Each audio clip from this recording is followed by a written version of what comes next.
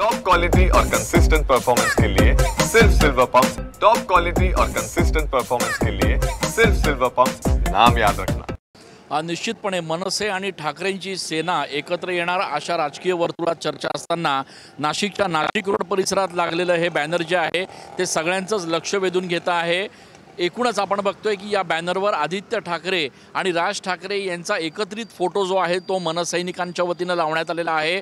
आदित्य ठाकरे यांचा वाढदिवस 13 जून रोजी असतो, तर मनसे अध्यक्ष राज ठाकरे यांचा वाढदिवस 14 जून या तारखेला असतो आणि त्यामुळे मागे पुढे असणाऱ्या या वाढदिवसाच्या निमित्ताने आता मनसैनिकांनी अशा पद्धतीने एकाच बॅनरवर दोन्ही नेत्यांचे फोटो जे आहेत ते छापलेले आहेत।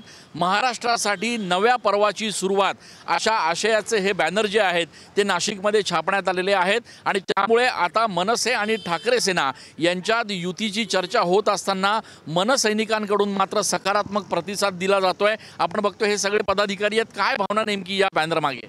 खरं तर एक शिवसैनिक म्हणून उद्धव साहेब असेल, राज साहेब असेल, या दोन्ही नेत्यांनी, दोन्ही भावांनी मराठी माणसासाठी, मराठी माणसाच्या न्याय हक्कासाठी या दोघा भावांनी एकत्र आलं पाहिजे ही सर्व महाराष्ट्राच्या जनतेची इच्छा आहे।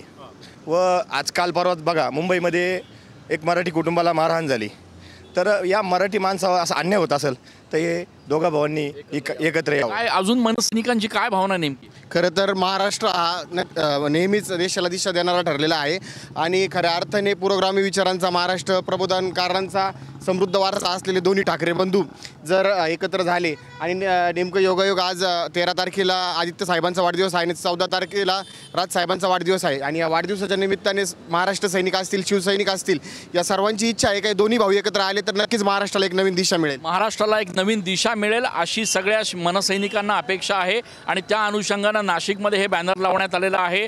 मनसे आणि ठाकरे यांच्या आगामी संभाव्य युतीच्या पार्श्वभूमीवर हे बॅनर लावलेले आहेत।